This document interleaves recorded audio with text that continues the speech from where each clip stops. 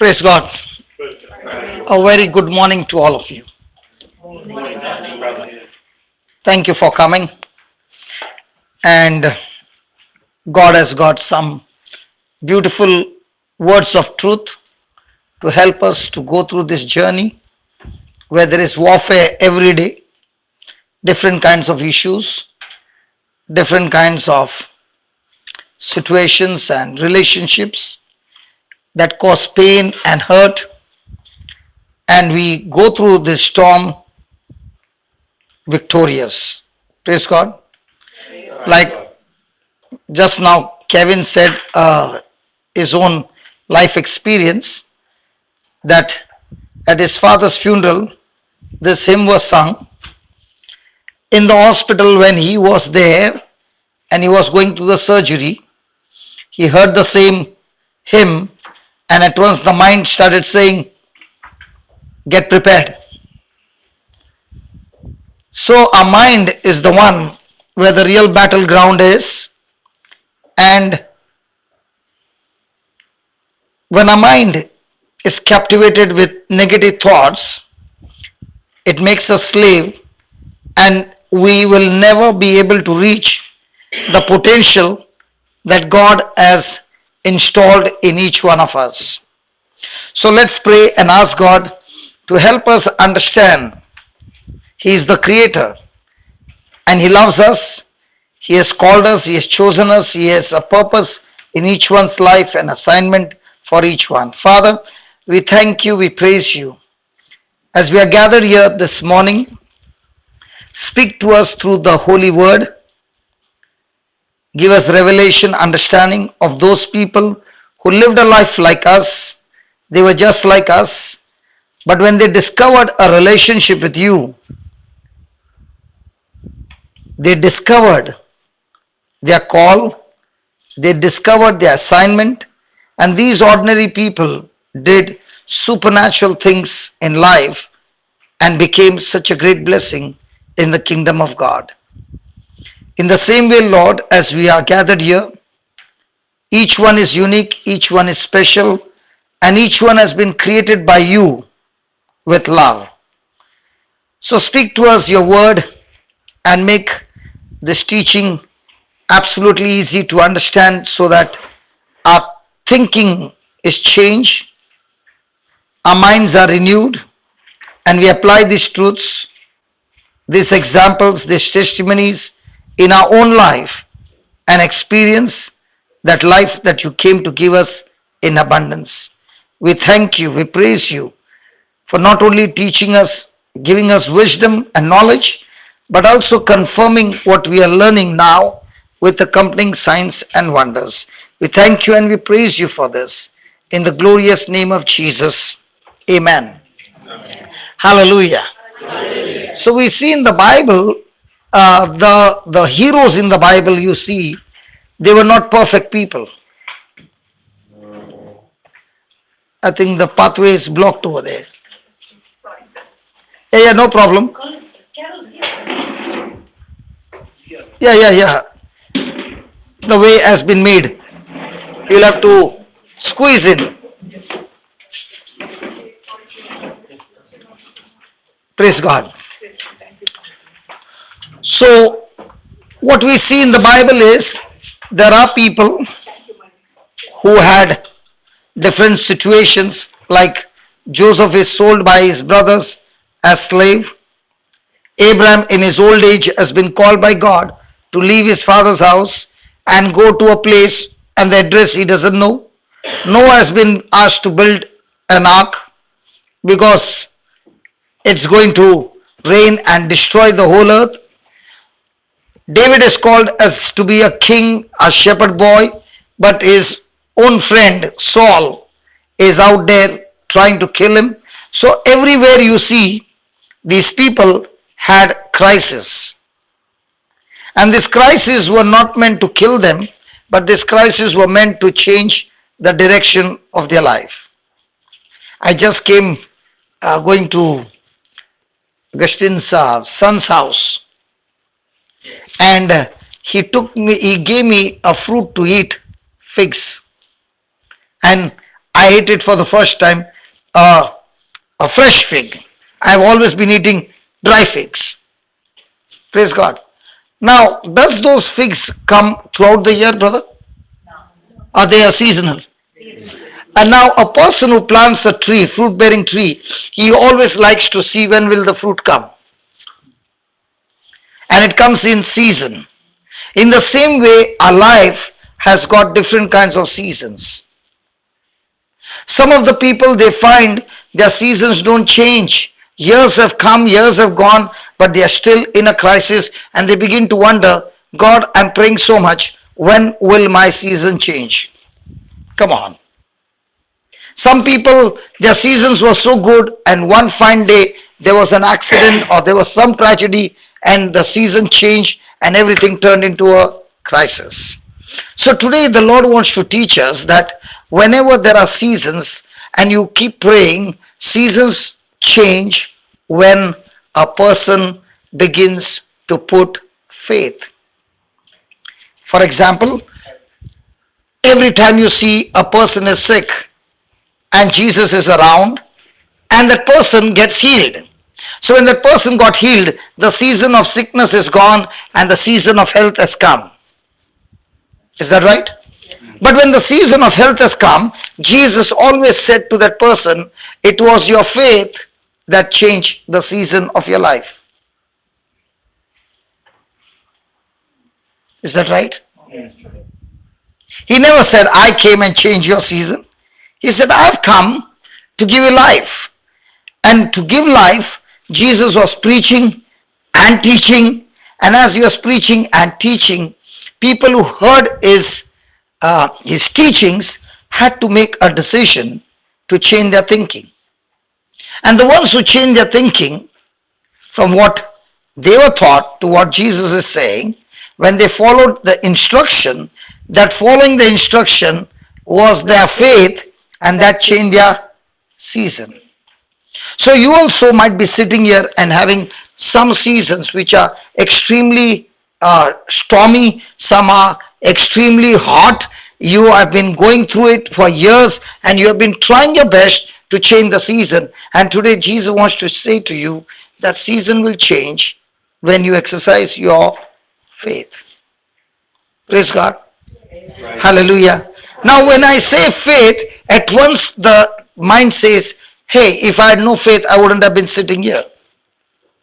Now the faith that Jesus is talking and the faith that we are talking are two different things.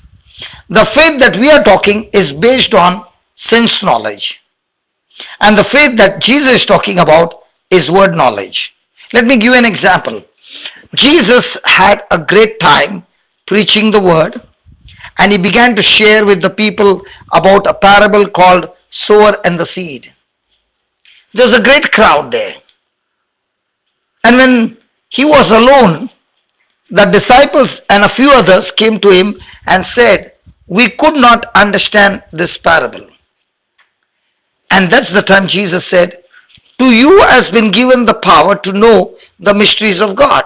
In other words, even though the crowd came and they heard what he said and they had no desire to know, they only heard, did not understand, and they went back home.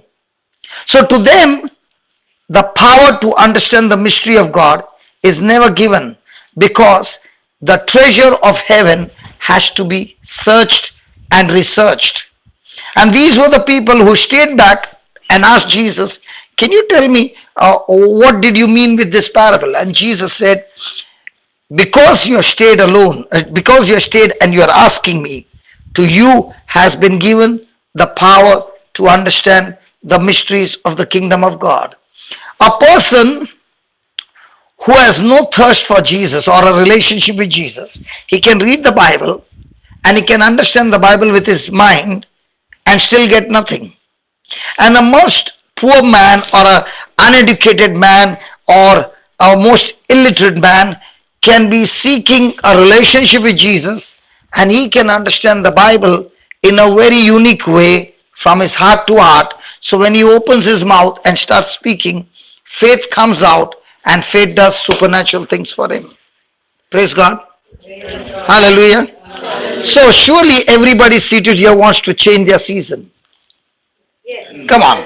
As long as I'm breathing oxygen and I'm living in this world, I cannot have a perfect season because there is a enemy out there, his name is Satan, and he is out there to destroy us. So there is going to be a warfare all the time. Praise God. So Jesus began to teach people on faith. Now let's take an example. He finished teaching on faith to the people the parable of the sower and the seed. And he said, my word is a seed.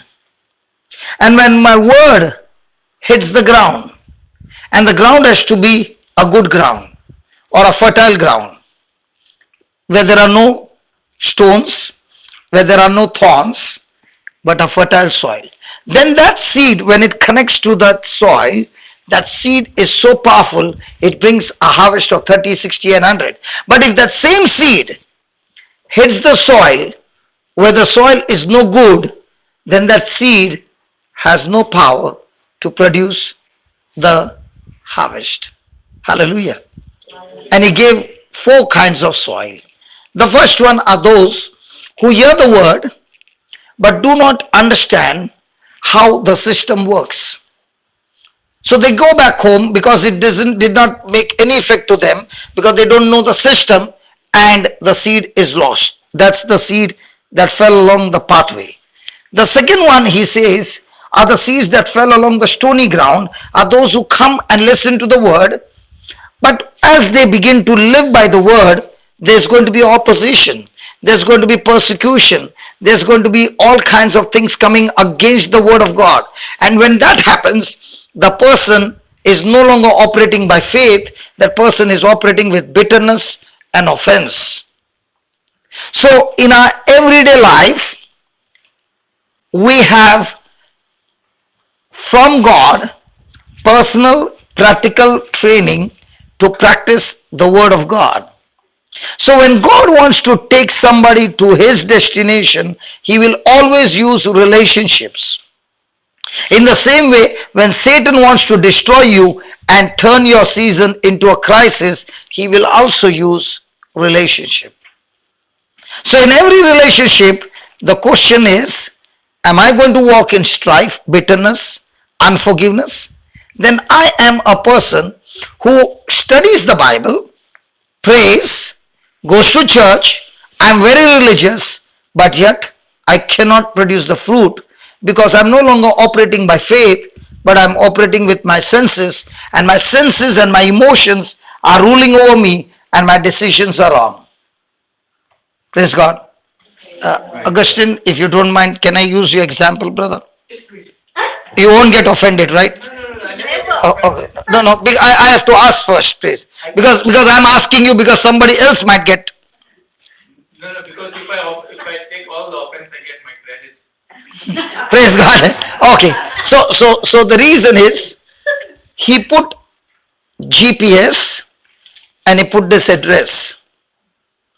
And before coming here, he took a left turn before the next left turn. And he went and went and went, and he came to a dead end. The moment he came to a dead end, he did not panic. He said, I think so, I missed the road. Let me go back to that place and make the correction. And the moment he made that correction, he followed the GPS, and praise God, we reached right over here. In the same way, in our lives, different people are being used by the enemy to cause offense and bitterness. And the moment I got into bitterness, I took the wrong instruction. Now I will never reach God's destination, but I will surely reach a destination that is going to tear me even more. Do we go through this test in our everyday life? And at that time, are we thinking about the current situation or our final destination? Just because we think about a current situation, we allow our emotions to take over so that we take instructions which are opposite to the word of God, and that's when we land up on the wrong destination. And that's when the word of God, which was supposed to bring you great harvest, has now become powerless because the soil and the seed are not in agreement. Is that right? Then comes the other third part where the seed is good, but at the same time there are thorns which are growing at a high speed and they choke the plant, and that is when a person is full of worries. Worries? Worried. Is my life full of worries or is my life full of faith? Because season will change when I employ faith. If I am employing worry, now Satan has legal right to torture me and destroy me. The power of God moves where there is faith. The power of Satan moves where there is worry. So, in a day, how many times is my mind full of worries? Insecure. Opening my mouth and speaking words contradicting to the word of God. And when that happens, I am a farmer who is planting weeds in my field but expecting to grow corn. Will it happen? You get the weeds. So just because I'm reading the Bible, which is a bag full of extreme powerful seeds, does that mean those seeds will sprout and bring in the harvest? No. Before it brings in the harvest, I go through a test of passing the test of offense and bitterness. I have to pass the test of worry and anxiety. I have to pass the test of enjoying the blessing and forgetting the blesser. I can use the same resources in the kingdom of God and I can use the same resources in the kingdom of darkness. I can use the same resources where God had set me free from sin and now I'm living a life of disobedience. Now, will that seed that I've been planting be powerful enough to produce the harvest? No, the weeds and the thorns will choke the tree, and Jesus said it will produce no fruit. Praise God. And after explaining that, Jesus spoke about the good soil. The good soil is the person who is living his life especially with patience. Have you heard the word patience? What is patience? Don't get frustrated or Not getting frustrated, not getting angry. Those are results of patience. So what is patience? Just see. Okay, okay. Kevin, do you like football? love it. You love it. So you are watching a live match. Probably the different football than you like. No, I'm just giving you an example. Okay, you are watching a football match. Your favorite team is playing.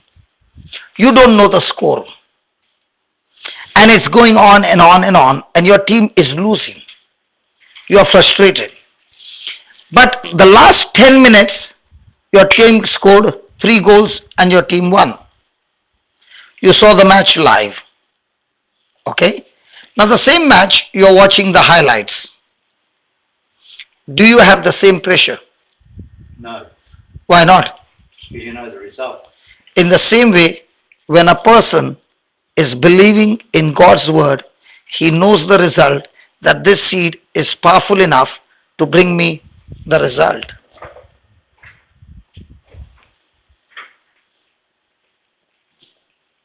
How many of you have ever doubted when you prepared coffee and it was extremely bitter?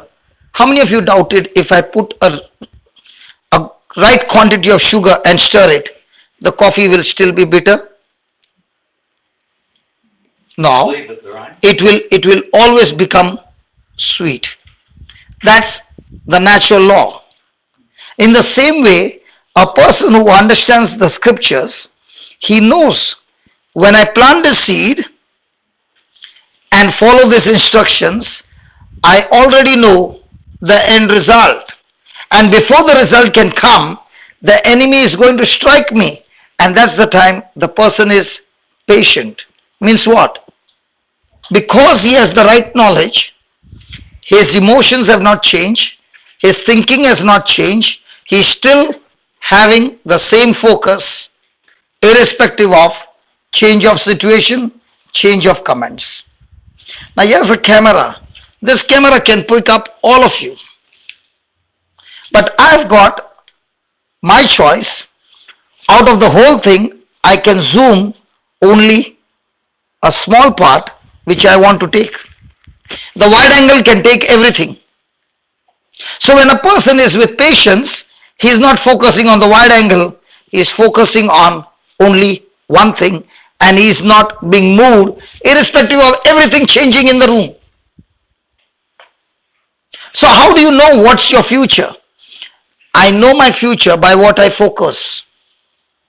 If I focus on the negative issues going all around, then my emotions will change. Now I'm no longer patient, now I'm angry and frustrated. Is that right? Why do you think Jesus was extremely cool? The Bible says he was filled with joy when he was on the cross. Because he knew he was going to be at the right hand of God. Because he also knew that through his sacrifice of obedience, he would save mankind. In the same way, a mama who is pregnant is patient those 9 months because she knows after 9 months I'll have the baby. Even though she goes through the labor pain, she doesn't tell the doctor, kill the baby and get me out of this pain, but she's patient to say, this pain is telling me I've waited for 9 months and this is the time to give birth to my miracle. In the same way, when a person is employing faith in his life situations, there is going to be labor pain. And in the midst of that labor pain, if the mama is not patient and she gets into worry or anxiety, her blood pressure shoots up and everything starts going complication. Nurse, is that right? Yes. Praise God. Hallelujah. Hallelujah. In those days, a mother would have how many children? 1 or 2. I'm talking about dozen. What are you talking about? I'm talking in dozen. And still, with no much medical assistance, she would go through the pregnancy and deliver so many children. What about now? 1, 2, that'll do. Now for the one pregnancy, the mama is so much with complications. Why? Because she has got so much of knowledge, and the moment she gets pregnant, the medical people give them more knowledge how to get more fear. Hello? But you see the same woman in Africa. She has got no knowledge, she has got no money, she has got nothing. And the children are being delivered. Hello? So my mind is where I get my knowledge. And what knowledge I get decides my destination. No knowledge and I still had a very difficult birth. Sorry? I had no knowledge and no worry, but I still had a very difficult birth. So You had very difficult situation. I had no knowledge and I still had a difficult birth. Okay, you can go one more time and this time you will have no problem. I'll tell you why. I've had three. Okay, I'll tell you why. I'll tell you why. Can I tell you why? Okay. You can try and tell me why, but I really didn't have any knowledge. Okay. I've seen so many people who are in having complications in pregnancy, Yeah. and there are some who have no children. Okay.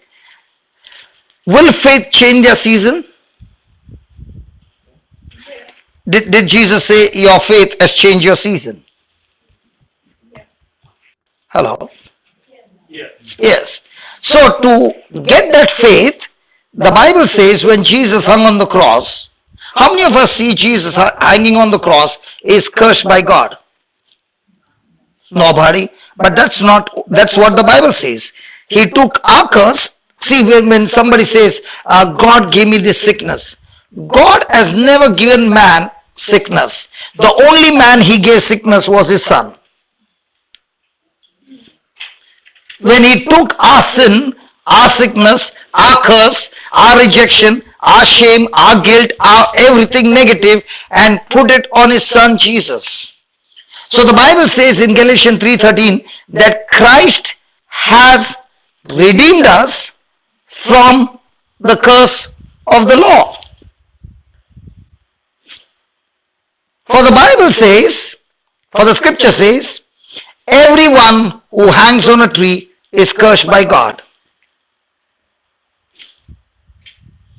So how did a woman get labor pain and complication? The Bible says the day Eve disobeyed God, God spoke to her and said, from now on, you will have pain in bringing children into this world. Now what did Jesus do on the cross? He took that labor pain, he took every kind of pain for you, so that now when you take that truth and apply it in your life, you still can bear children without labor pain. Last night, thank God you were there. There were so many people out there. And all that we did was not to pray for healing, but what we learnt about yesterday was bitterness, strife, how bad it is and how demonic it is. And all that we said is, Lord Jesus, we have sinned in walking in strife and bitterness. So right now I choose to forgive them all by faith. We did not pray for healing. But what happened? Every one of them were got healed. Why? Because when you follow the instruction, you are operating faith. And faith moves mountains. Jesus never said God will move your mountains. He said your faith will move the mountain. And if you are not operating in faith and operating in fear, then your fear will build more mountains in our life.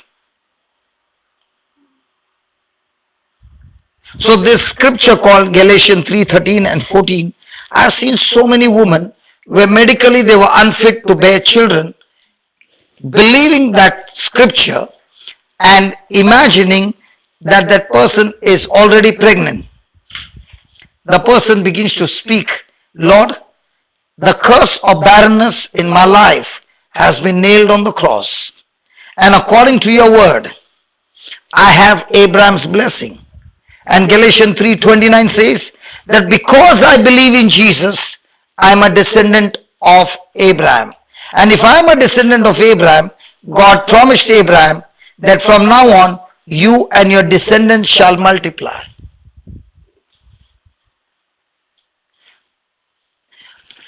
Okay, let's put it this way. If you are traveling from Perth to, which is the next place close by? About 100 kilometers? Manger, okay, Manger. So you don't know the route. But on the way when you're driving, are there some signboards on the way in color green? Do you believe those boards? If that board says take a left, will you still go straight? No. So we have learned to believe and follow the instruction of that board which reaches you to the destination you desire. In the same way the Lord is saying, if you want to reach to my destination, I have also put a signboard in the Bible. Read it, believe it, act on it, you will reach my destination. How wonderful it is that I can believe the green board and I cannot believe the black and white board. Both are written in English. When will a Christian move from the natural to the supernatural when he begins to believe and follow the instruction. Let's take an example. There are the Pharisees who are the teachers of the law. Is that right? Do they know the scriptures? Yes. Do they speak the scriptures? Yes. Everything is right. But how come they could not heal a headache? And the fishermen, who are the most uneducated people, the tax collectors and all of them, when they followed Jesus and followed his teachings, they did supernatural things, including raising the dead.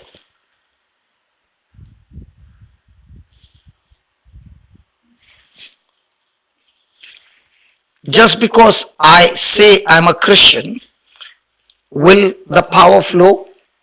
No. I am baptized and the power is in me. It is just like a person who goes to the washroom and only sees the tap. He cannot see the pipe. Can I go and see a washroom? Only tap is there or the pipe also is there? Only said tap. Only tap. Pipe is concealed. Can't see. Then how come you are so sure that there is water? When you turn the tap on, it comes out, doesn't it? But can you see the connection inside with your natural eyes? No. No. But the supply is always there? Yeah. In the same way, when I got baptized, the pipeline has been laid by the Lord and it's inside me and it's continuous flow. Why is it not flowing? Because I have not yet believed by faith. And whenever a person is saying believe by faith, he is saying, I'm relying on this rather than this. Because when it is faith, it always has to do with physical evidence not seen. And we, as living in this world, even though we don't belong to this world, we have been trained by this world to believe what? Things seen or things not seen. So as long as you are on things seen, now you go to the washroom and try this. Try to open the tap on the clockwise. Turn the tap clockwise. The water will surely come. Pat, what are you thinking? Will the water come? It will get more tightened because you are turning the other side. In the same way, when a person is believing in things seen which contradicts to the word of God and is praying the whole day, he is only closing the tap even more tighter.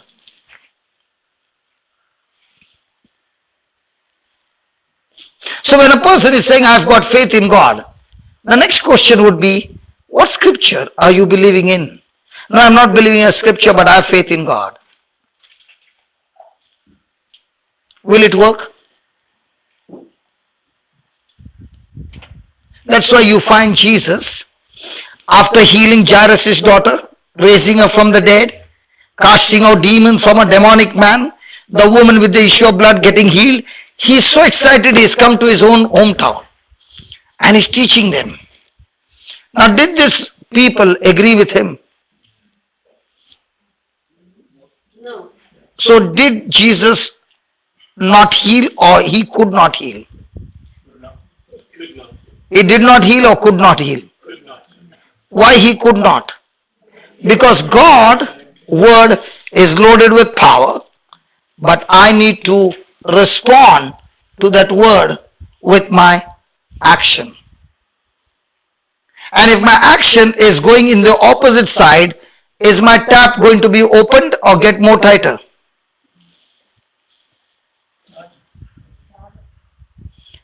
Somebody asked me, do you do the healing? No, I don't do the healing. I only explain how to open your tap, that's all. So when you learn to open your tap, I don't need to do anything. After that, you get your healing because that living waters which is inside you has got power to bring eternal life. Praise God. Is it making sense now? Yes.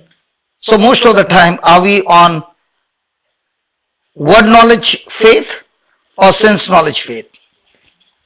Let me give an example. Those who have heard it, please hold on.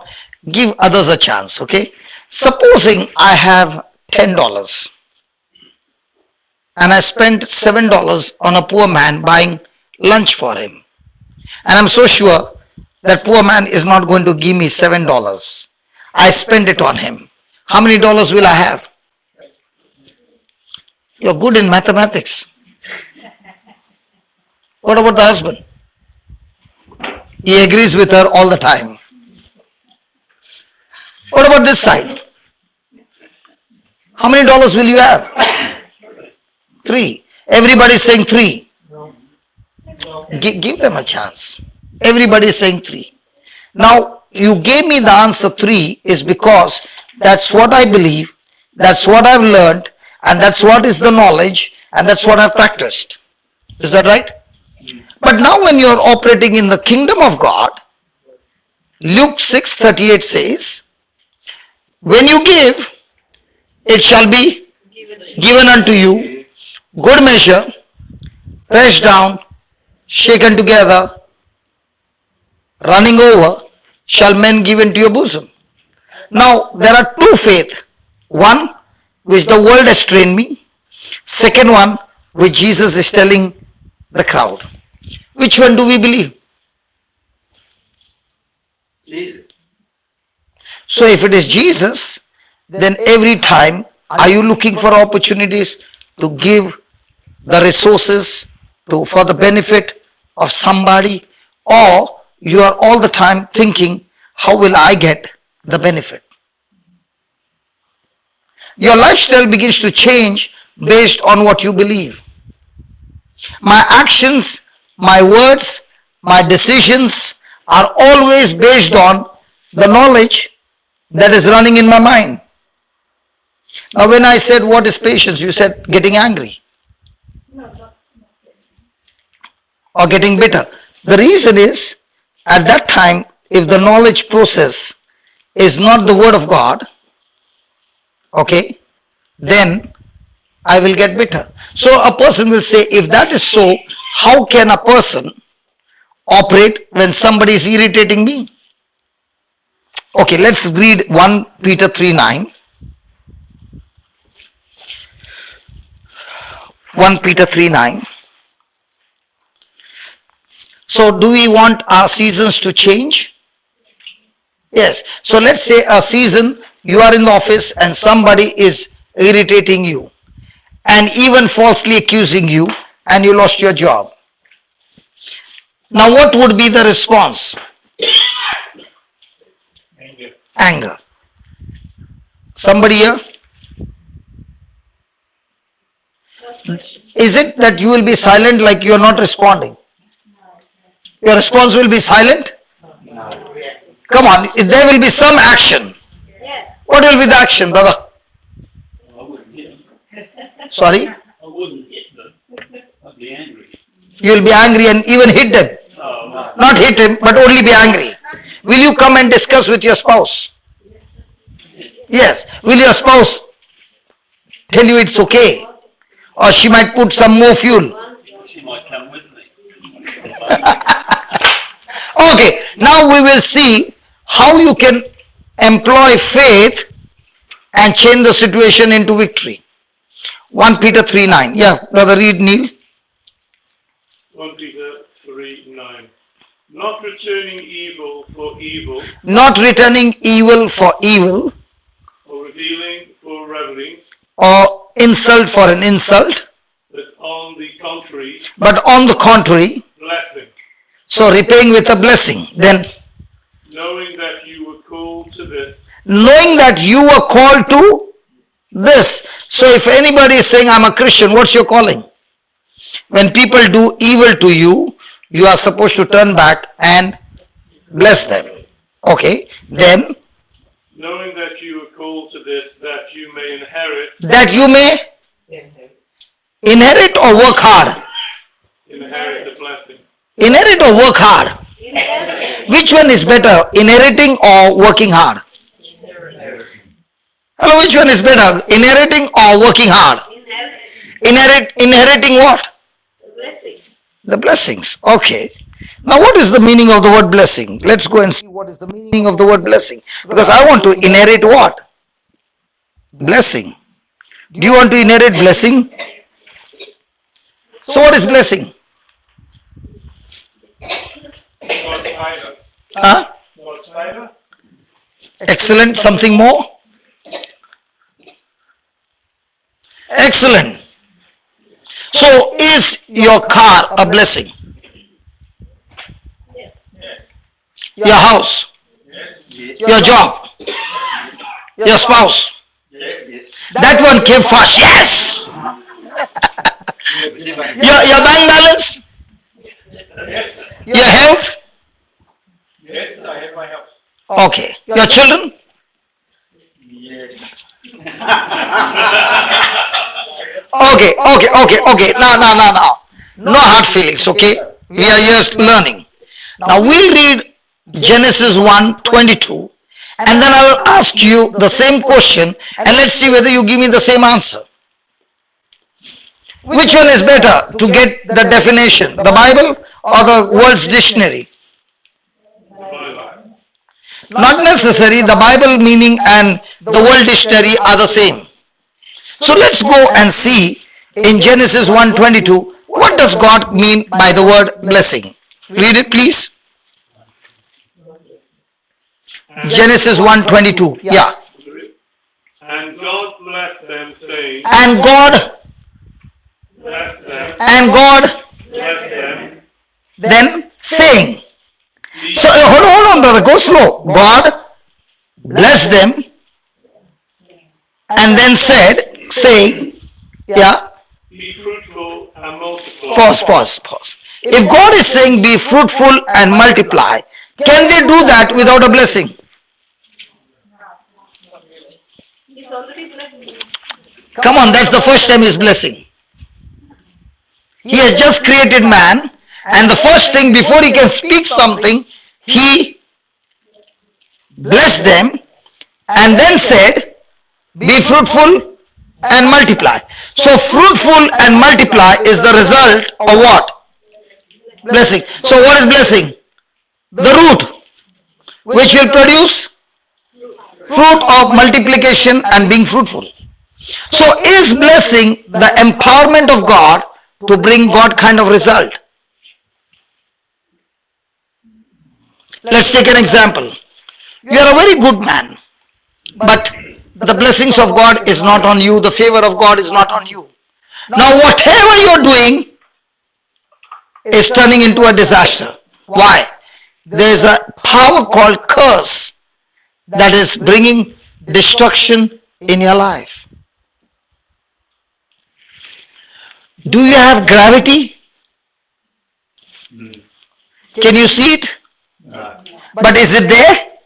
Yes. It's keeping you down. How come the plane can fly then? Because it's got more power than gravity. And what power it has got? If you said it has got more power, then there is something else than gravity that is challenging gravity. What power? Power of the engines. Oh, your cars have got good engines. Yeah, but not as good as plane engines. No, there is something else. When the car is running at a speed, okay, it has no wings. But the plane is running at that speed, it has got wings. So when you are, if you put the windows down and put your hand is pushed back by the force of the air. Now it's no longer air, it has become like a wind, like a storm. So on the runway, when the engines are firing at that speed, that air which you cannot see has now built pressure on the wings, and it is the air that lifts the plane up. And sometimes when there is a vacuum, the plane just falls down. Have you seen that? What do you call that? Turbulence is where the clouds are. Something they call. What they call?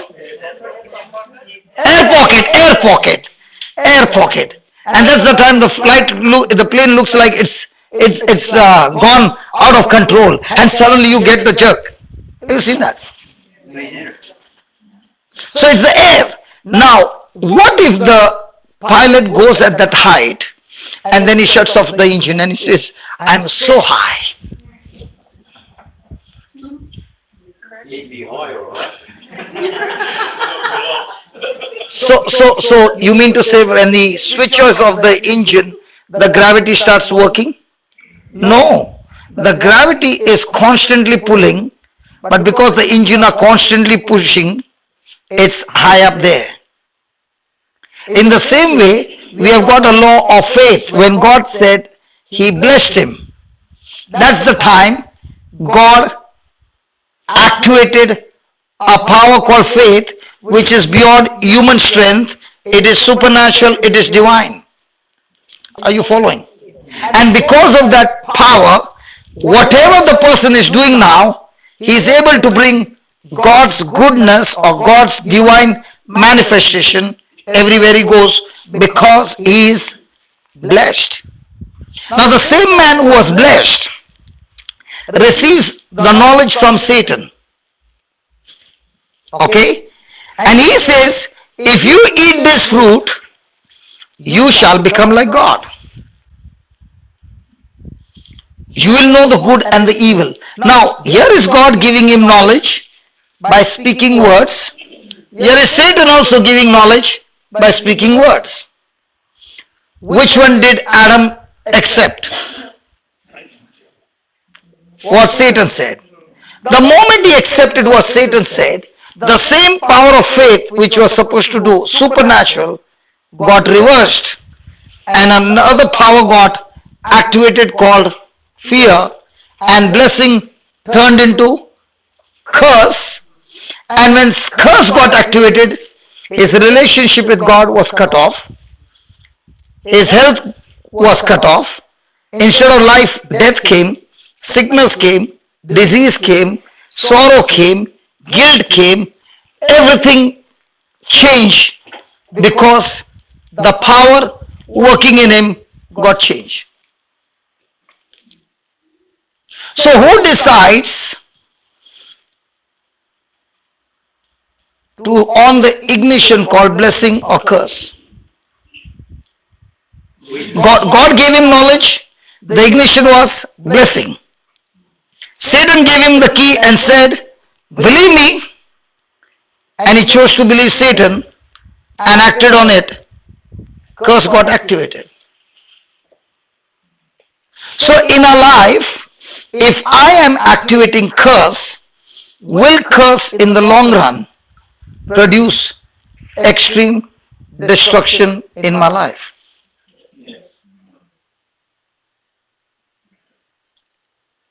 So here God is saying, when somebody is coming against you, the enemy is using that person to get you into disobedience. Because Jesus gave us only one law, and that is love. And he says, the moment you step out of love, you yourself are activating an ignition key called curse. So that's why he's saying, you are called to this. Means what? You're called to bless. You're called to forgive. You're called to look into other person's benefit. Now let's take for example on the cross. Jesus is on the cross and the devil has tried everything. But Jesus is still in obedience. Okay? And now Satan takes off his clothes and is naked. And the soldiers are casting lots for his garment. That's the time Jesus is looking from the top of the cross, and now he opens his mouth. Now if a person is put to shame in public, what's the first thing he wants to do? Cover his shame. Because the shame is going to draw his attention towards himself. How does Jesus fight this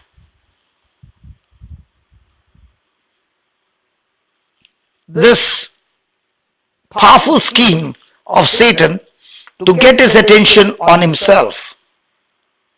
At that moment, Jesus opens his mouth and says, Father, bless them. Did he say, Father, bless them or forgive them? Forgive them, for they know not what they do. What if Jesus had to say, Father, bless them? I can get the blessing, but if I did not get the forgiveness, I'm still destined to go to hell. Now, how did Jesus deal with the situation that all mankind came against him? Did he respond with a blessing or did he respond with a curse? When he responded with a blessing, he won the match. After that, he said, it is finished. Because everything that Satan tried, Jesus won over it and he said, it is finished. And Jesus said, no one can take my life. Actually speaking, Jesus did not die because of the bleeding. He died by faith. And he did not die his death, he died our death. And therefore he said, into your hands I commend my spirit. He died by faith, believing because I had not committed sin or disobedience, the result is life. Wages of sin is death. We die because we have committed sin. He committed no sin and therefore he cannot die. But because he took our sin in him qualified him to die. Praise God. So that's why he says, whenever you face situations like this, get excited because it's time for your promotion. Why? If at that moment you pass the test of forgiving and blessing the other person, or praying for that person, or doing something benefit for that person, then you are in a position to receive an inheritance called blessing.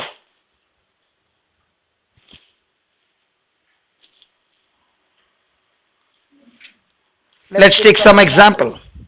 On the day of Pentecost, 120 were there hiding with fear. Is that right?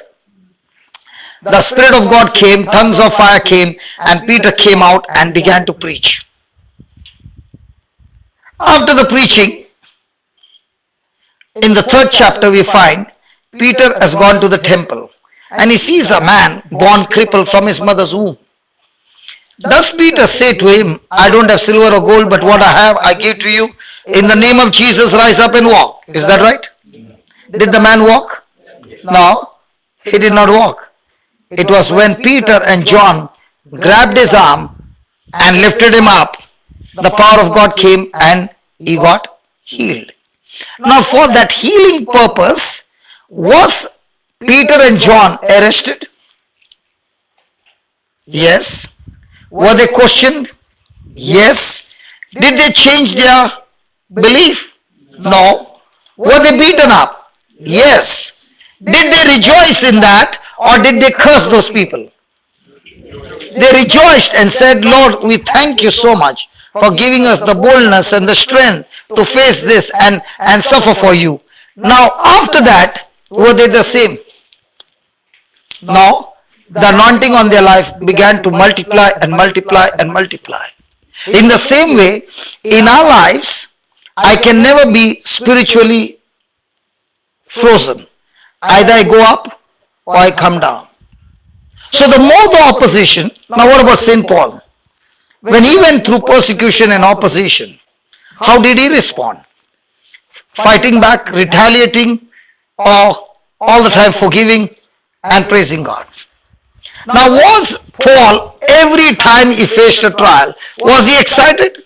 He was excited because he began to realize that in my weakness, when I'm operating in love and operating in faith, my season begins to change because now grace is in action at a high speed. So he was always excited when persecution came, when opposition came, when he was facing troubles, because he found the secret. God's grace is at the peak when I am at the lowest.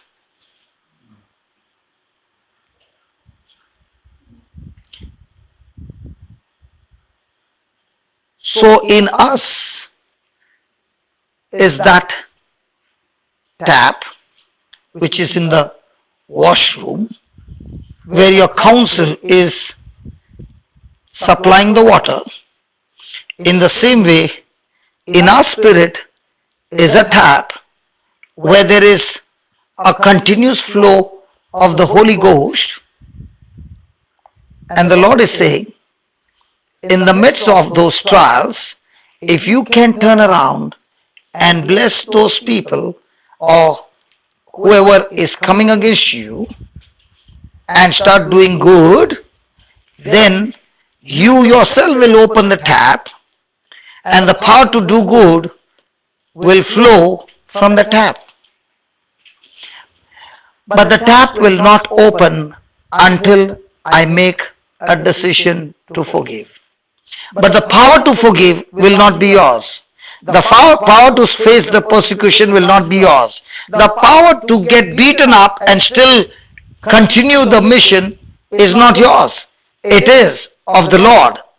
That's why Jesus said, I've come to serve and not to be served. Most of the time we tell, I'm serving Jesus. He said, when did you think that? I never told you to serve me. I told you that I in you will serve you. Last night I was speaking and I said that, and when I called all those people, I said, thank God you are going to serve them, not me. So why should I panic whether they get healed or not? My job is to believe, open my mouth and say, now it's your turn to serve. If I'm standing here and if I'm supposed to preach to please you and give the best teaching, then I'm always sweating. But when I stand here, I say, Lord, the congregation is ready, everybody is ready. Now my vocal cords, my mind, my body, now you are supposed to serve them, not me. If a person understands that Jesus in me is supposed to serve me, then I'm not sweating. But if I'm thinking I'm the one who is going to be serving Jesus, now I'm trying my best to be perfect. Is there a big difference? So how many of you are serving Jesus? Good. And how many of you believe Jesus is serving you? Imagine when he's saying serving you. Imagine you got a servant at home and he's doing all your job. Or you are telling the servant sit down and you are doing the job. Is there a difference? Can you believe Jesus, who is the creator, is saying, I serve you just like a servant serves his master. And that's why Christianity is so different from every other religion, because in every other religion, the master has disciples who serve him. But Jesus is the master who is telling his disciples, you don't serve me, I serve you. And for me to serve you, you must first of all treat me as your master. Means, you must follow my instructions. So 1 Peter 3:9 is saying, forgive. But I'm saying, no, I will not let him go. I'm so angry. Now, who is the boss? Jesus or me? And when I'm the boss, he cannot serve me. When he is the boss, now you're saying, Lord, I'm ready to do what you say. Actually speaking, I want to take him to Burj Khalifa and push him from there so that there's no chance of even surviving. Burj Khalifa is the tallest building in the world. In Dubai. Anger can say that. But now Jesus, because you are my boss, you are my master, I choose to submit to you and I choose to say, do what you say. I don't have the power, Lord, but you have promised me when I take that decision, you will never leave me nor forsake me. You are with me. So I'm willing to face the trial, to do what you say. Is it going to make an effect? So now, is it a good news or a bad news when people come against you? Brother Neil, what you just read, are you supposed to inherit blessing? Are you supposed to work hard for the blessing? And most of the time, what are we thinking? If I do this and do this and do this and do this, then God will bless me because I worked so hard.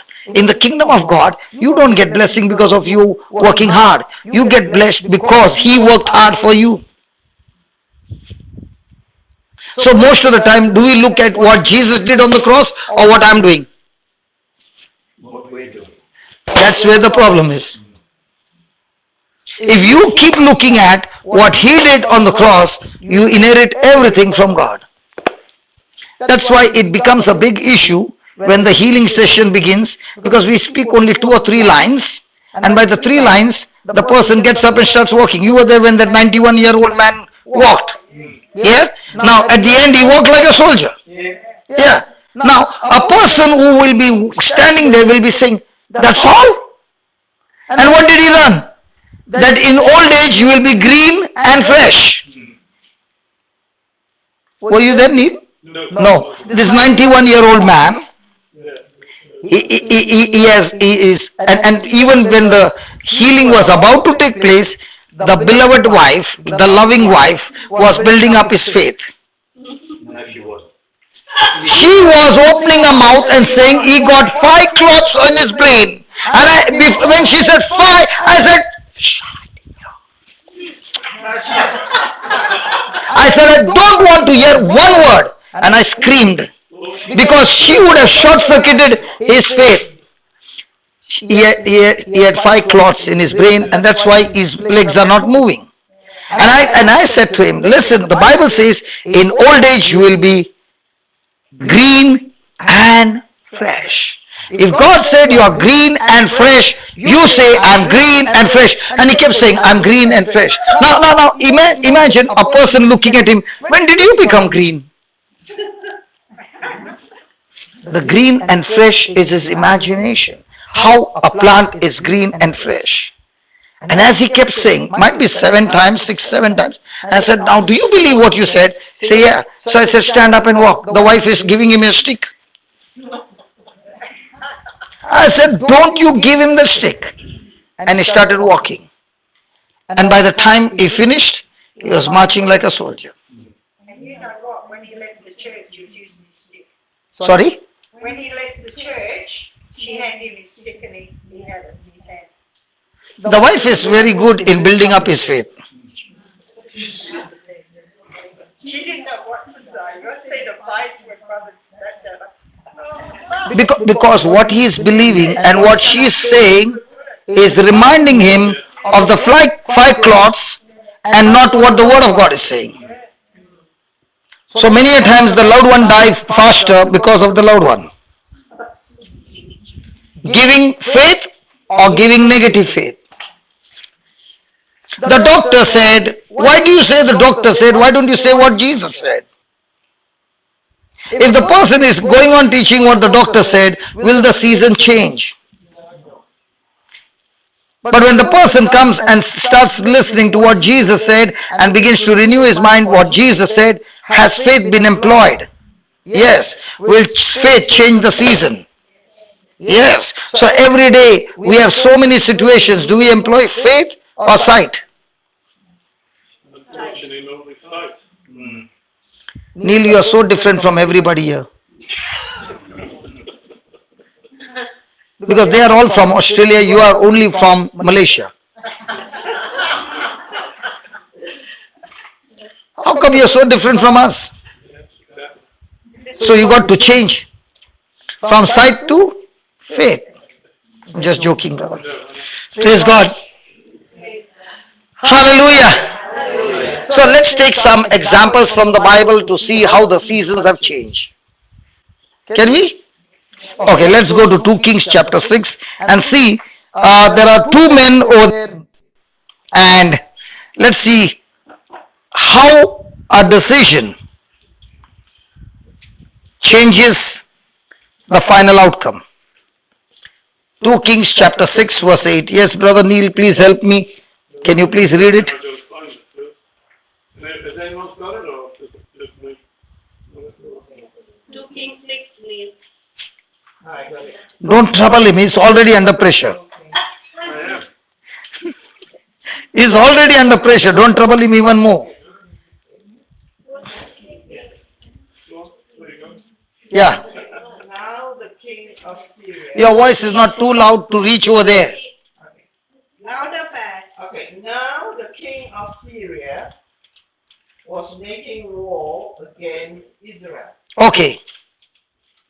Then, and he consulted with his servants, and he consulted with his servants, saying, "My camp my camp will be in will be in, such and such a place."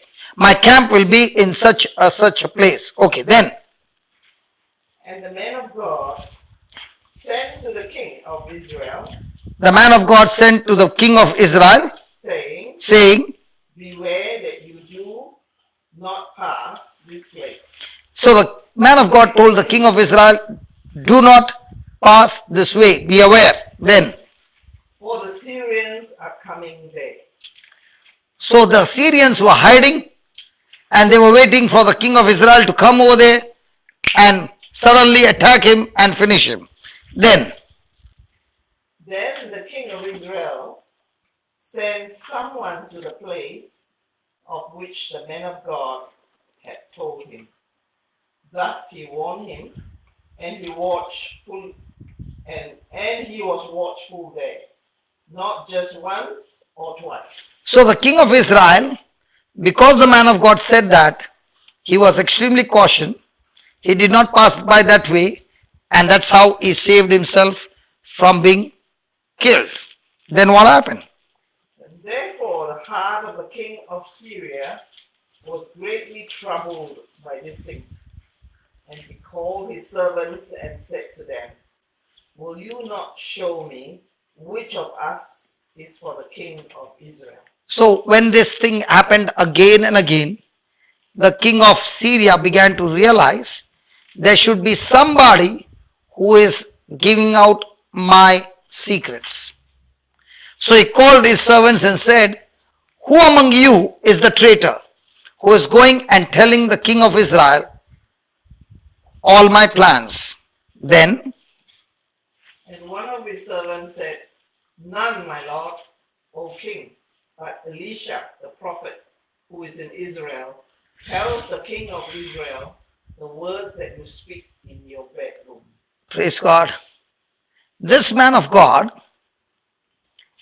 can hear all the plans that you are doing, and he reports to the king of Israel your secrets that you speak in your bedroom or in your bedchamber.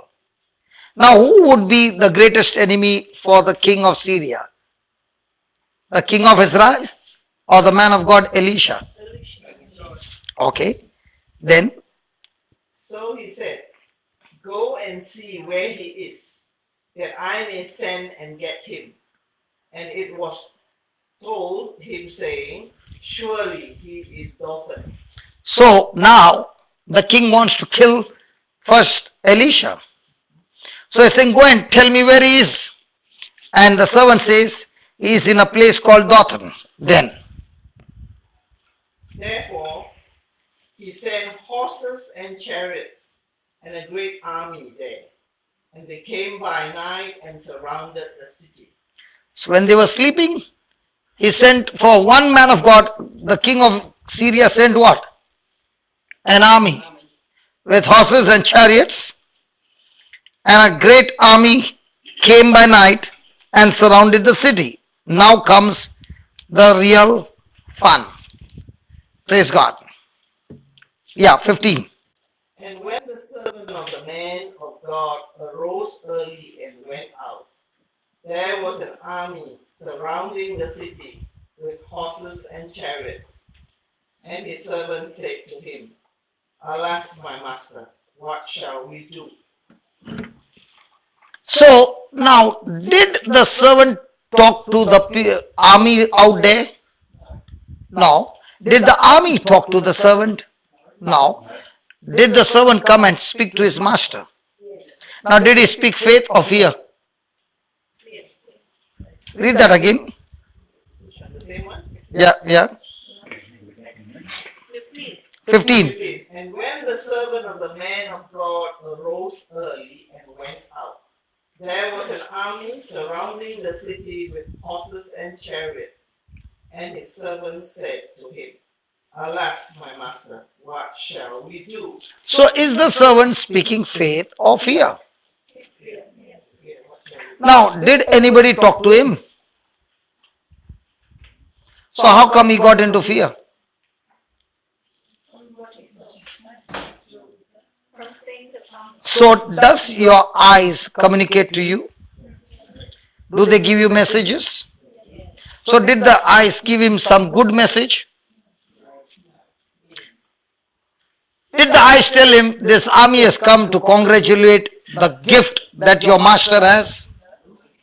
Or did the army, when he saw, he came to realize they have come to kill his master? And because he is with him, is his life on the line. Now, by what he saw, has he already declared his faith? His contaminated faith that the game is over. So is there going to be a warfare now? Yes. And in this warfare, the game is over because we are no match to the army. So once the servant has received the notice without speaking, the eye can receive the notice or reject the notice. When the eye saw the army, the notice has been released for fear. Has he accepted the notice? Yes. Has he processed the notice? Yes. Now is he issuing the same notice to his master? Yes. Now look at the master's response. Yeah.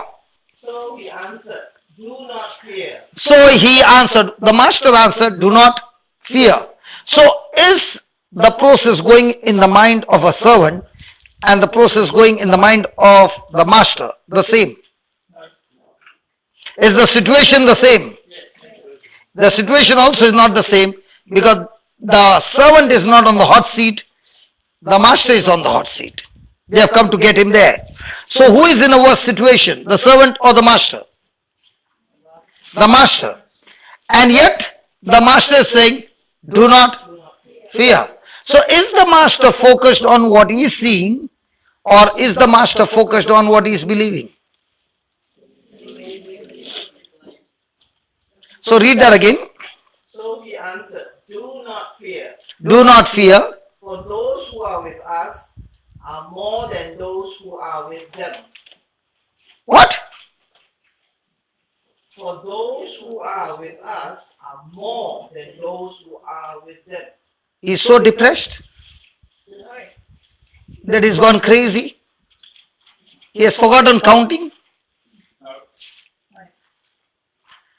Why is he saying the ones who are on our side are more than the ones who are on their side? Because he has a God, covenant with God. Do we also do the same? When we face trials and we see the trial threatening us, do we tell the trial, the one who is on my side is far greater than the one who is on the other side? Do we confess our faith or do we confess our facts? Our lives are governed by faith or facts. Is the servant speaking facts? Is the man of God speaking facts or faith? Faith. Faith. So our life is governed by what? Faith. Facts or faith? Faith. And that's when the tap opening or tightening is. Is the servant tightening the tap more? Is the man of God opening the tap? Yes. Can you see the difference now? Okay, then. And Elisha prayed and said, And Elisha prayed and said, Lord, I pray, Lord, I pray. open his eyes that he may see. That means the servant was blind. Then, Pat. That means the servant was blind. He's not blind. That's why he said open his eyes. Because he was other eyes. There is none so blind as he who will not see. Say that again. There is none so blind as he who will not see. What does that mean? Comes from the song Amazing Grace. There is none so blind as he who will not see. Praise God. Okay. Now, with his natural eyes, he can see the army. He's saying, Lord, open his spiritual eyes so that he can see the unseen realm. Hallelujah. Then what happened? Then the Lord opened the eyes of the man, and he saw. And behold, the mountain was full of horses and chariots of fire all around Elisha.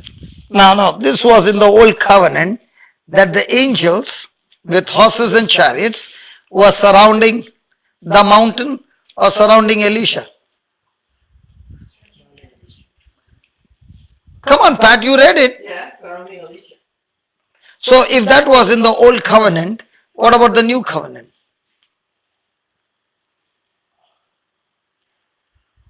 Are we surrounded by angels all the time?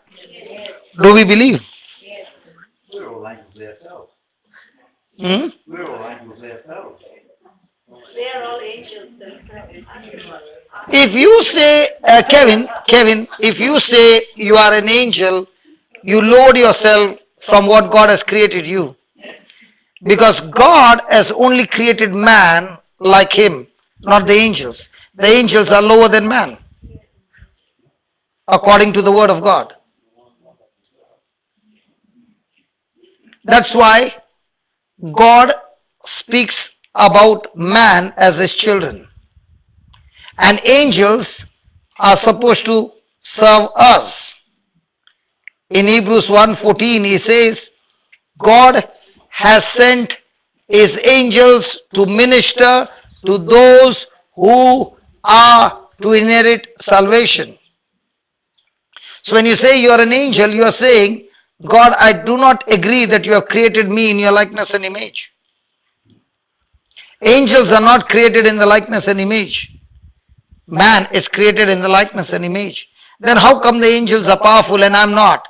Because my mind is not full of God's word. What about Jesus? He was a man on earth. But did he live a life where he had dominion over everything? So the more and more a person becomes spiritually aligned to the word, the more and more he experiences his dominion over everything. And when a man cannot practice dominion over everything, then he wants to have dominion over his spouse, over the people around. Because God has created man to have dominion. If we can't use the authority that is given by Jesus to have dominion over sickness, disease, and the works of Satan, then he ends up, like Satan, having dominion over people.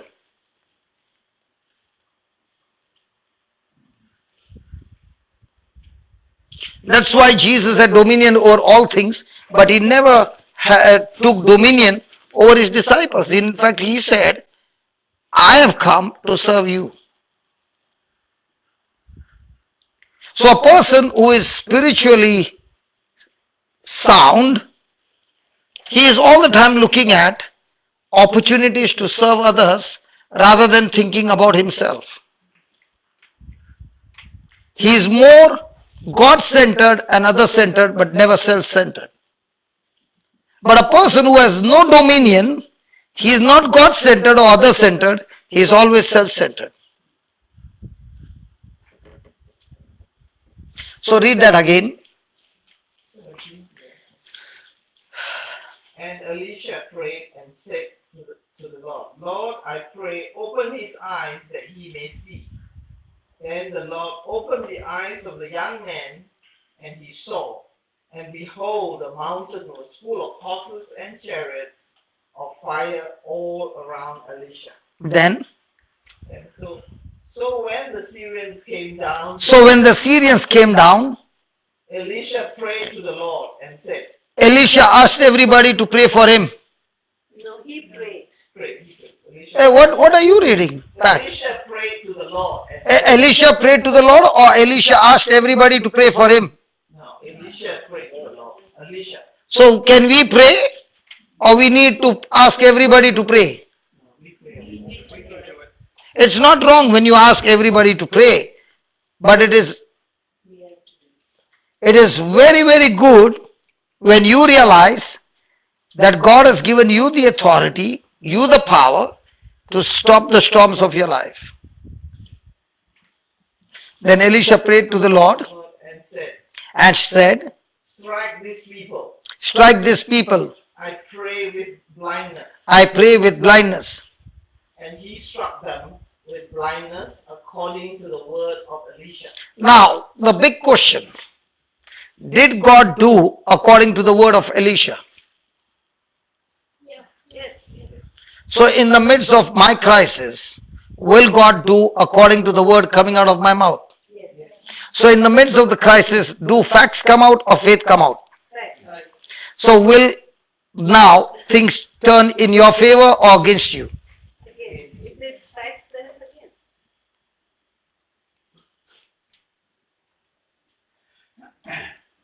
So when you went today to brush your teeth, did you press the paste tube? What came out? Huh?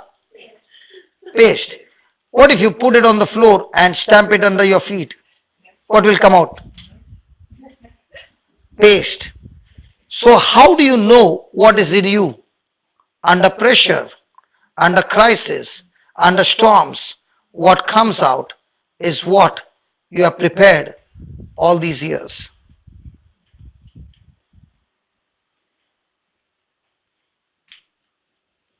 So is it going to be a preparation?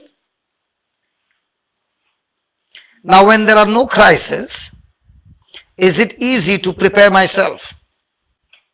When do you think the soldier will get well disciplined and trained? Before the war or during the war he is injured and now he's saying I want to join the army with one hand hanging. Hello? When? Yeah. So we as Christians, when do we go and ask God to help us learn to fight? After we are injured or before? After. Usually after. I came when I was half dead. I came to the Lord when I was half dead. But still he did not abandon me. He accepted me. But it would be much, much easier when a person is healthy and he starts preparing himself by learning to operate in faith. Hallelujah.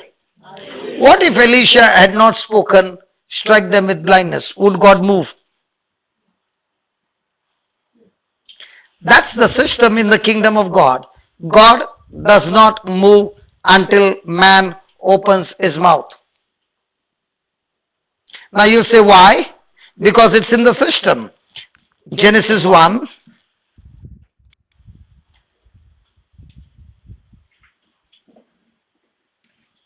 Verse number 26.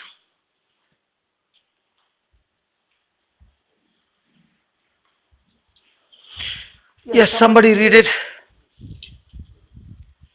Then God said, Then God said, let us make man, let us. Who is that us? The Father, the Son, and the Holy Spirit. Together, let us make man in our image and after our likeness. Then, and let them have let dominion. listen, let them have dominion or let us and them Let them. or let us.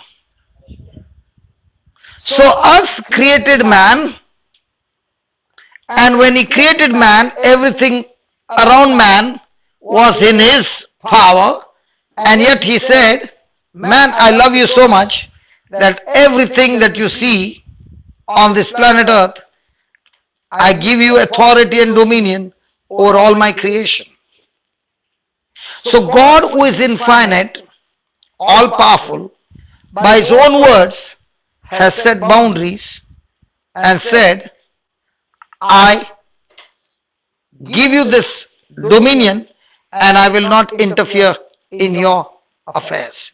So just as I rule over heaven, you are going to rule on this earth. Hello? That's why you find the system in the Bible. There is nowhere recorded anything happening supernatural without a man speaking the word. Even Jesus could not heal a person without speaking the word. Even God did not create the world without speaking the word. That's why when Moses went back to Pharaoh, he needed man to open his mouth and speak the word. Even when he came to the Red Sea, God did not open the Red Sea, but he told Moses to speak the word. So the system in the kingdom of God operates when man opens his mouth and speaks the word according to the Bible. God now gets along with him, and it is a co-partnership with God and man that things are done.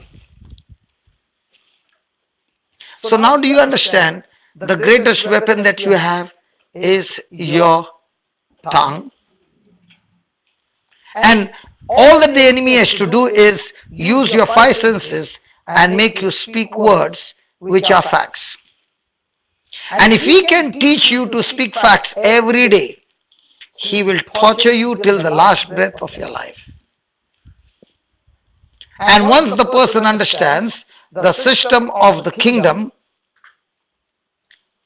I have to change the realm from the seen to the unseen. God calls man as an eagle, and he calls Satan a snake. Have you ever seen a fight between a snake and an eagle? In the geographical, on the videos, yeah. Have you seen? Yeah. The eagle takes the snake in the air, drops him down, again picks him up, again drops him down, again picks him up. But he will not fight the snake on the ground. He comes at a speed and picks him up. Because the snake is very powerful on the ground. But once the location is changed, he has no power. In the same way, Satan wants to fight man with facts. He is a winner. But the same man fights Satan not on facts, but on faith. Satan is a loser. Elisha fought against the army based on facts of faith. The servant was ready to fight facts of faith. He would have been dead. How do you know you're going to win or lose? Check the realm you are fighting. So warfare will always give birth to a miracle. When? When a person has employed faith. So when a person is opening his mouth and speaking, can you now understand whether he is on the seen realm or the invisible realm? Whether he is on fact or faith? For example, God said to Joel, go and tell my people, let the weak say I am strong. What you're weak is a fact. But God did not say, open your mouth and say you're weak. You will be destroyed. He said, when you're weak, you open your mouth and speak your faith. I am strong. Now, you have changed the location, you will win. So when a person is sick, what should he say? I am sick or healthy. And most of the time, what do we say? So now, which realm are you operating on? The ground or the air? Yeah. When you're sick, Oh, the ground when you're sick. so will you be killed? Surely.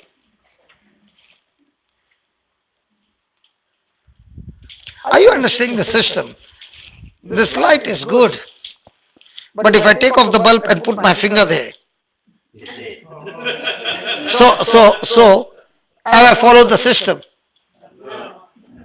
If I keep the wires together and they are sparking, can they burn this house? Yeah. So everything has got a system. You've got gears. You park the car, behind is the wall, and you don't follow the system, and you put wherever you want, and then you say you're Psalm 91.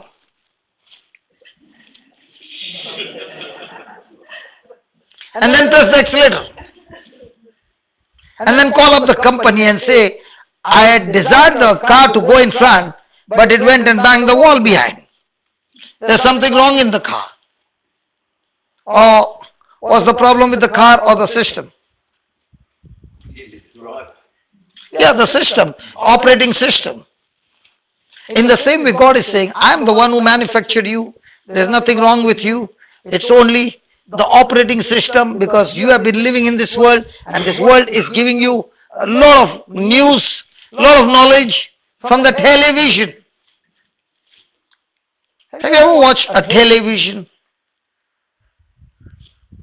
The television always gives you good news from the Bible. The news is full of good news, bad news. And that bad news, how many times will they play? Over and over and over. And when you keep on watching over and over again, that seed has entered you, and now you speak what you saw, and they spoke to you their vision for you.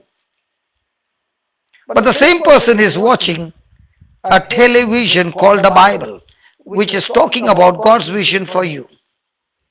And you're watching it over and over and reading it over and over again. Now, is it going to build your faith?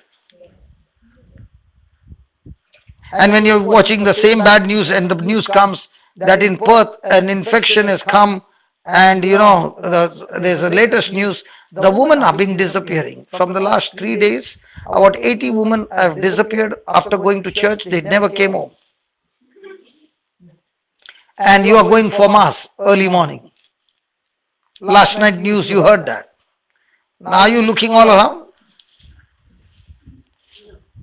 And then you came from mass, thank God you came home safe. And then comes the news, the women are found. 60 of them found dead. Now the next day, do you want to go for mass? I don't think so. Where did you get that from? And you kept hearing, and then you called up your friends, and she said, 3 of my friends are also missing.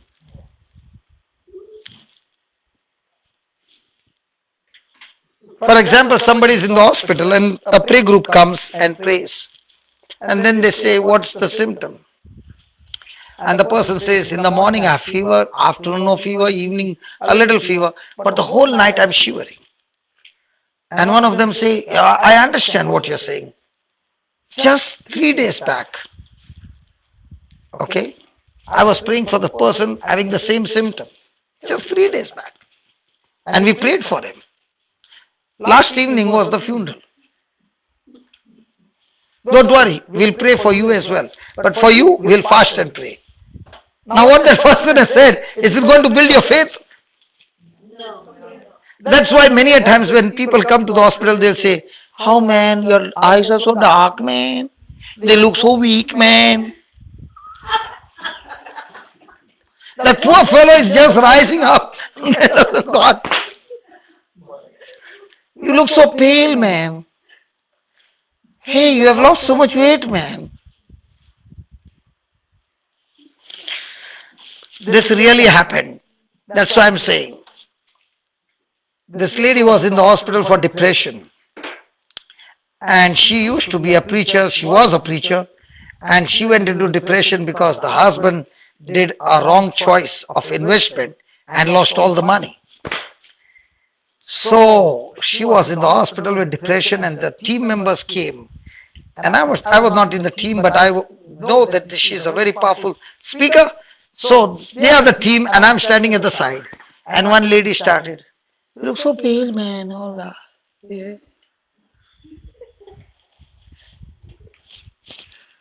It looks like you did not sleep the whole night. And I began to wonder, these people have come to build a faith, or little which light is burning, that also will go off. I'll draw a positive comment on that from experience. 2 weeks after I had that major back operation, a sister-in-law, the de facto sister-in-law, who I don't particularly like, and I like the less after this, said, "You look like Sequeira." And she said it in another word.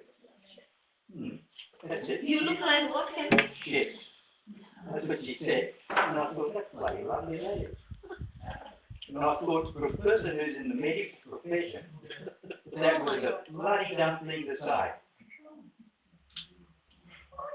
You're lying in bed, you're up out of hospital after a week. You get told that. It happens, right? Yeah. Yeah. That's one of the smartest right there. That's right. Listen. When she said those words have got power to destroy you. And at that time, you're just picking up your faith, and there comes, and she was from medical, She was a medical trained person, yes. and she said that. Yeah. And I want to Thank God you got a strong mind. Thank God she's not practicing now and can't get a job in the medical profession, so you know what I'm talking about, right? But by speaking those words, she must have killed so many patients. Pardon, right? You gotta love us, see? See, that's what it is, Kevin. That's it. No, you gotta love us. No, blessings, Kevin. I agree. Thank you. So can we make a prayer, brother Kevin? No. Okay, let's cancel it. Come on, Kevin. Come on. Okay, close your eyes and say this. Lord Jesus, Lord Jesus, it was very painful it was very painful when she said those words. when she said those words. My confidence level was low. My confidence level was low. I was operated. I was operated. Her words meant to kill me. Her words meant to kill me. But Lord Jesus, Lord Jesus, your grace was in abundance, your grace was in abundance, and you saved me. and you saved me. It's years now. It's years now. You have set me free. You have set me free. I want to set her free. I want to set her free. Lord Jesus, Lord Jesus, just as you have forgiven me just as you have forgiven me for my mistakes, for my mistake, and you also said on the cross, you also said on the cross, Father, forgive them, Father, forgive them, for they know not what they are doing. because they know not what they're doing. In the same way, In the same way, this sister this sister was ignorant, was ignorant, not knowing what she was doing. not knowing what she was doing. I choose to forgive her. I choose to forgive her. I release her I release her by faith, by faith, and I bless her. and I bless her. And as I've released her And as I've released her and forgiven her and forgiven her and blessed her, and blessed her, I thank you, Lord. I thank you, Lord. My relationship with you My relationship with you is become more stronger, is becoming more stronger, more intimate, more intimate, and I'm inheriting and now I am inheriting all your blessings, all your blessings, which I can use which I can use for the kingdom. for the kingdom. I thank you, Lord, I thank you, Lord, for this great miracle in my life. for this great miracle in my And life. I declare And I declare, I am set free. I am set free. No more a slave No more a slave of unforgiveness and bitterness. of unforgiveness and bitterness. In Jesus' name. In Jesus' name. Amen. Amen. You are a wonderful man, brother. Thank you. Thank you so much. Heaven is rejoicing now. You have released her.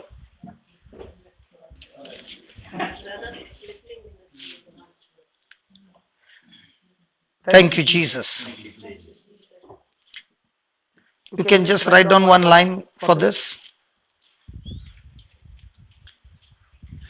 This will help you, brother.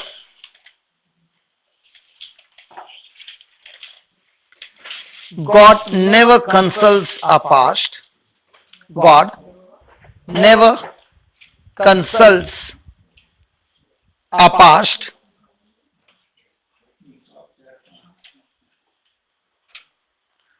to decide our future.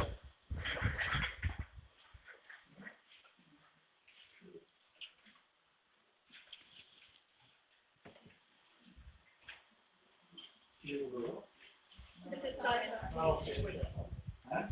To decide our future. And I'm talking about zero. So the moment you let go, brother, the moment you let go, according to that word, what we learned, there's going to be a supernatural breakthrough in your life. That's God's promise. Because whenever we have this bad experiences, whenever we have these bad experiences and they have a hold on us,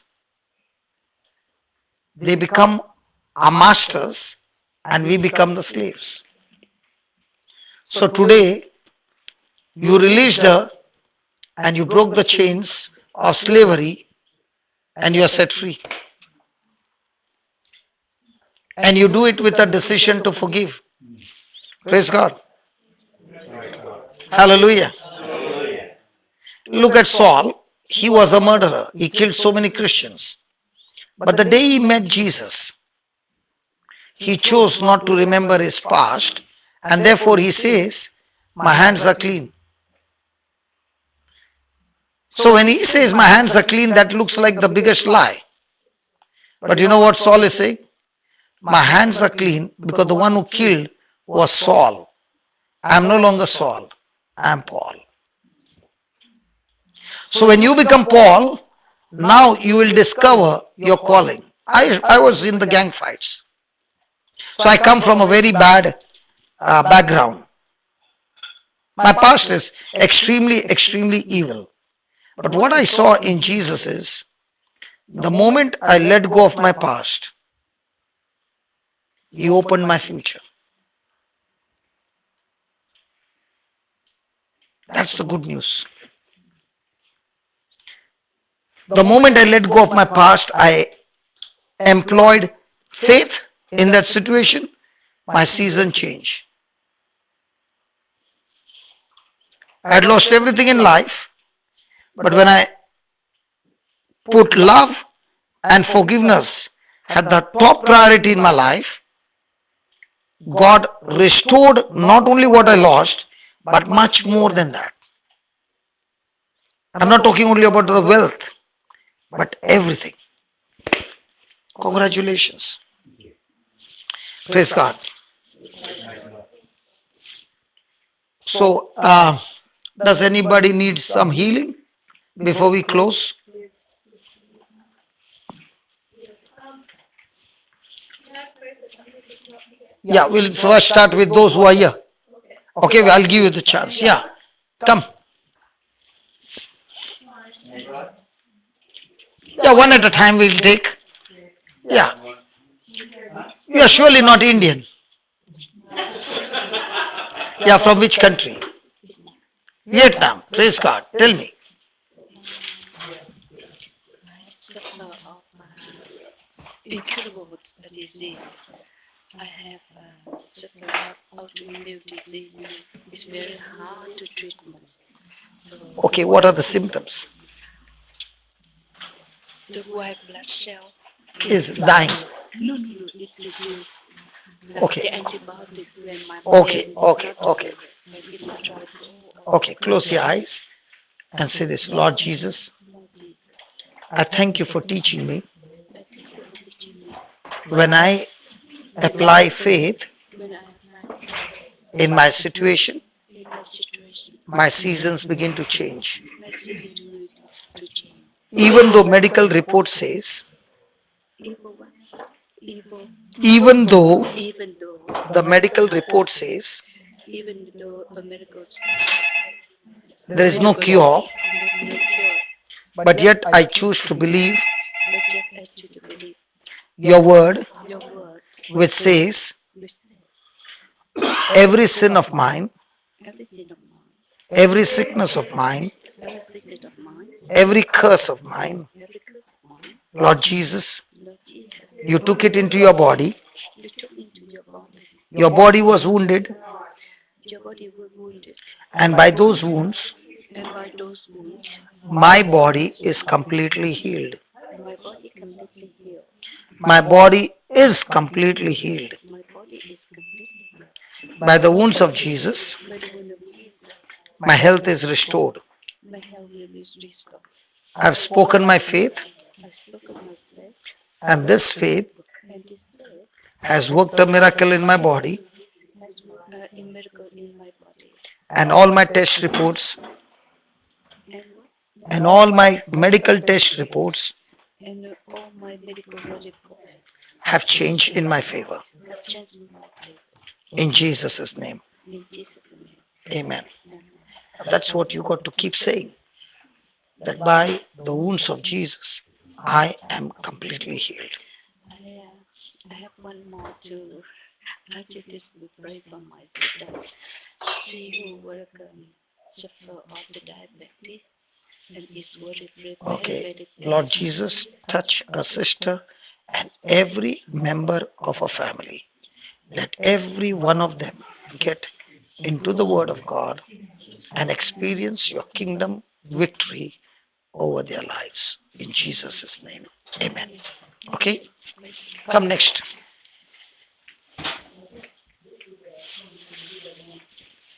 I want to pray for my daughter in especially. She's losing a lot of hair.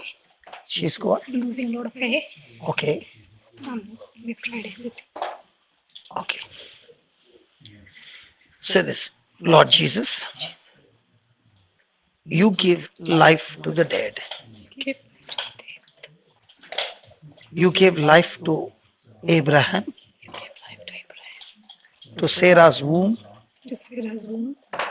and that great miracle took place And that great miracle took place by faith in by you, faith in you. that even at the age of 100 And that even at the age of 100 and Sarah at 90, and Sarah at 90, her womb brought forth Isaac. her womb brought forth Isaac.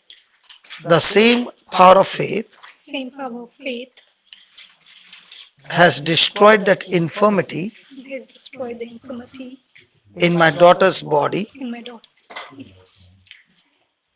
and now And now life is flowing into her hair, life is flowing into her hair. and I declare And I declare new hair has begun new hair has begun to grow to grow healthy, healthy. and all And hair all fall hair fall has stopped has stopped right now right now. in Jesus' In name. Jesus' name. Amen.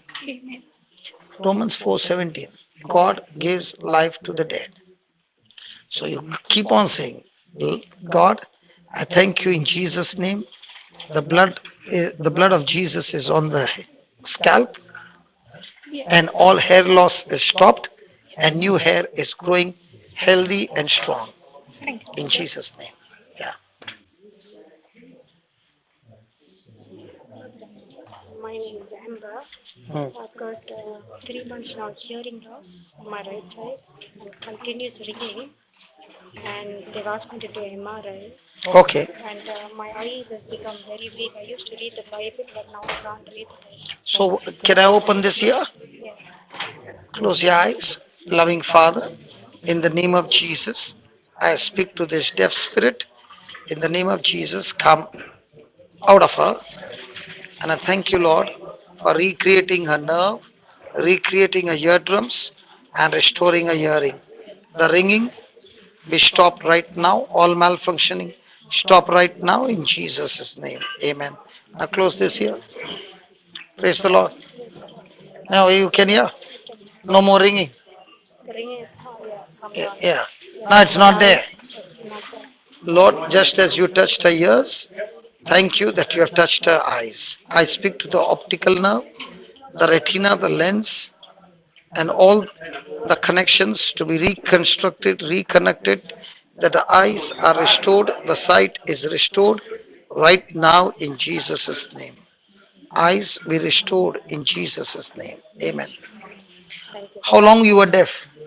Uh, 4 months now. Good.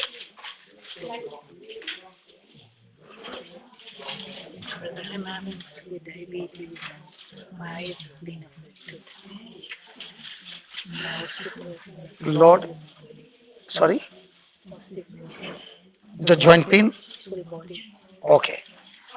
Say this, Lord Jesus, Lord Jesus, I thank you I thank you for taking my place for taking my place on the cross. on the cross. I thank you, Lord, I thank you, Lord. you are You are my Lord, my Lord, my God, my God, my Savior. my Savior. Your bones Your bones were out of joint were out of joint on the cross on the cross for my sake, for my sake, so that so that my bones my bones and the joints and the joints are recreated, are recreated, made healthy, made healthy, completely restored, completely restored, lubricated lubricated by your holy blood. by your holy blood. I thank you, I Jesus, thank you, Jesus, for you have set me free for you have set me free from every pain from every pain in my body in my body. in Jesus' name. In Jesus' name. Amen. Amen. Now begin to move. Yeah, good evening. Finish. My, Move. my back. Now come on, move.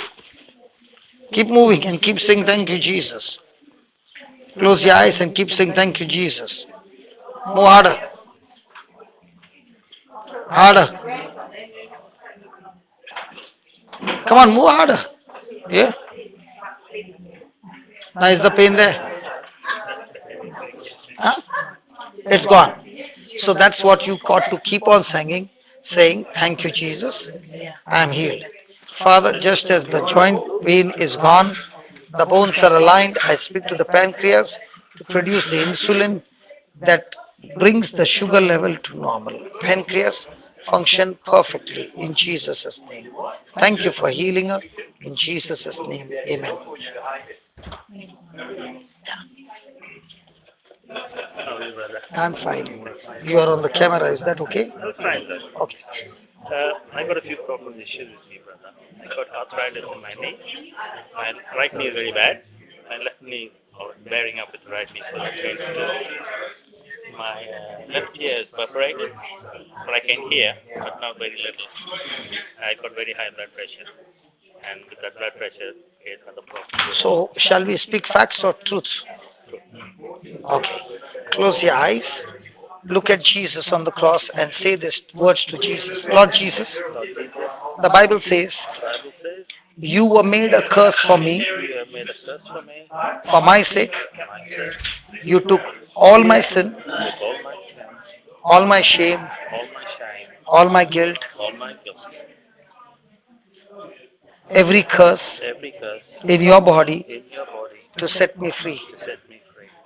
Lord Jesus, Lord Jesus, your healthy body your healthy body was wounded was wounded for my sake for my sake, so that so that my body my body is completely healed. is completely healed.